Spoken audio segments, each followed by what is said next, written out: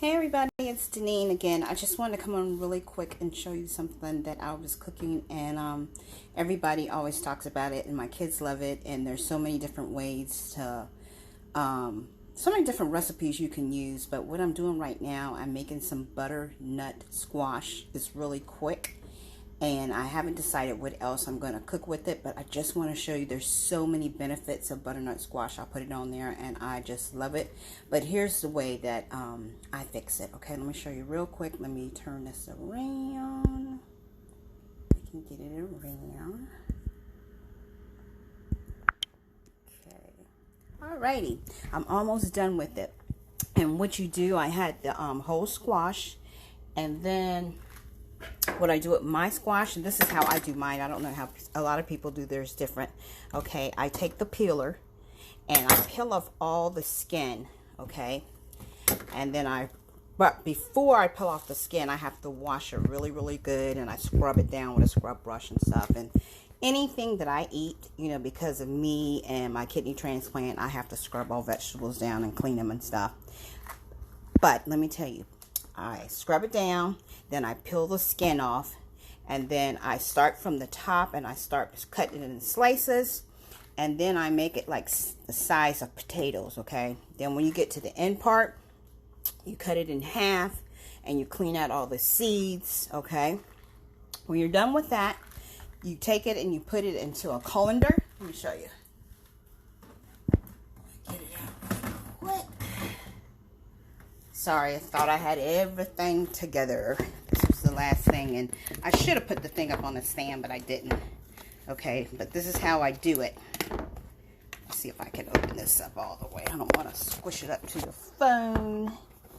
Okay, so we open up the colander, and we will take and put all the potatoes in there and put it over into the sink and rinse them like really good. And then when I'm done with that, what I do is I take the olive oil and I'll put like maybe 2 tablespoons, probably not even that much. Okay, and then I use the pure sea salt. And there's one other thing that I'm looking for, is the pepper. Okay, and then I'll put it back into this pan and I put foil on the top. And once I put the foil on the top, I'll puncture some little holes in there, or little, like slits in the foil, and I cook it. And this is what I cook it on. I usually cook it on about 425, no higher than 4. I'm telling you, no more than 430 degrees, and it cooks about 40 minutes. Okay, so it depends on the temperature of your oven. If you want to cook it a little higher, just cook it like you're cooking potatoes, you know what I'm saying? And check it periodically, just check it and make sure, everything's cooking the way it should be. You don't want to overcook it and make it mushy and stuff. And also there's another way that some people do it. They will take it and cook it just like this and not put any olive oil on there, and they'll put butter and cinnamon. And I'm telling you, that's really good too. Butter, cinnamon, and I used to butter with no salt, and I haven't done that one in a long time, because now I'm watching and stuff what I eat. But before, I would put like some nutmeg on there, just like you're making sweet potatoes. I'm telling you, sweet potatoes, and you put the and let me tell you what you put on there. You use the ground nutmeg, cinnamon, and also vanilla. Okay, and then you put the brown sugar on there, and I use, hey Marilyn, and also the butter with no salt. That's if you want to make them like sweet potatoes, and I'm telling you, they taste just like them. You can make them whole like this, or you can cook them and make them get them really soft, put them in a blender, or you can just take a masher and mash them up if you want to make them like sweet potatoes, or if you just want to keep them, put it after you're finished cooking them. You can cook them a little bit longer and make them soft, and you can make mashed potatoes out of them. So it's up to you, but I'm just going to cook mine, put the olive oil in there, and I'll put a little bit of sea salt because I have to watch, my sodium intake, and put the pepper on there. And I'm telling you, it's that quick and easy.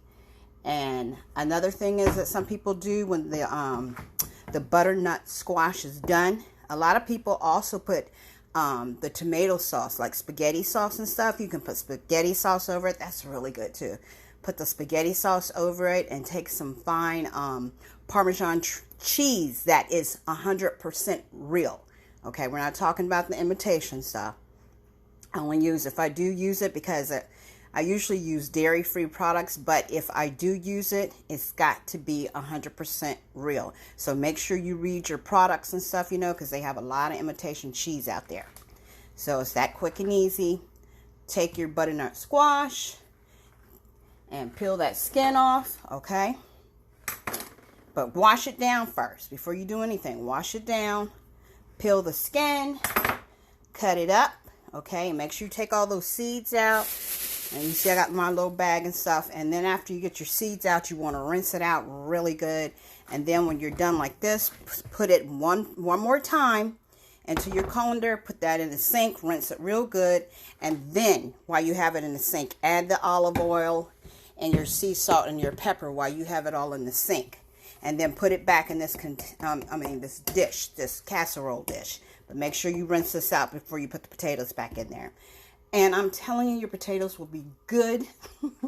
If you like butternut squash, like I said, and you can also add the tomato sauce and the cheese and stuff to it. So I got to figure out what I'm going to have with this, but I will be back later to go through all the products. I just got another message, and one of the ladies was asking me when was I going to start.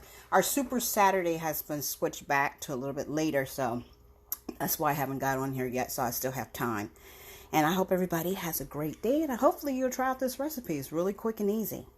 And I'm going to tell you, the kids love it. And you can also make butternut soup. Oh my God, if you haven't tried that. Look up the recipes. There's so many different things to do with the butternut squash. Also, you can use it, you know what I'm saying, cook it whole. Take it and cut it in half. Cook it in the oven. Okay, and you can also put the olive oil and the salt and pepper on there. And then when it's done, you take a fork and you scrape it and you use it as spaghetti, okay? Instead of using the noodles. That's delicious too. Take care, everybody, and thank you so much for joining me. I hope you're out enjoying your day. Get out, move that body, get that water in. Take care.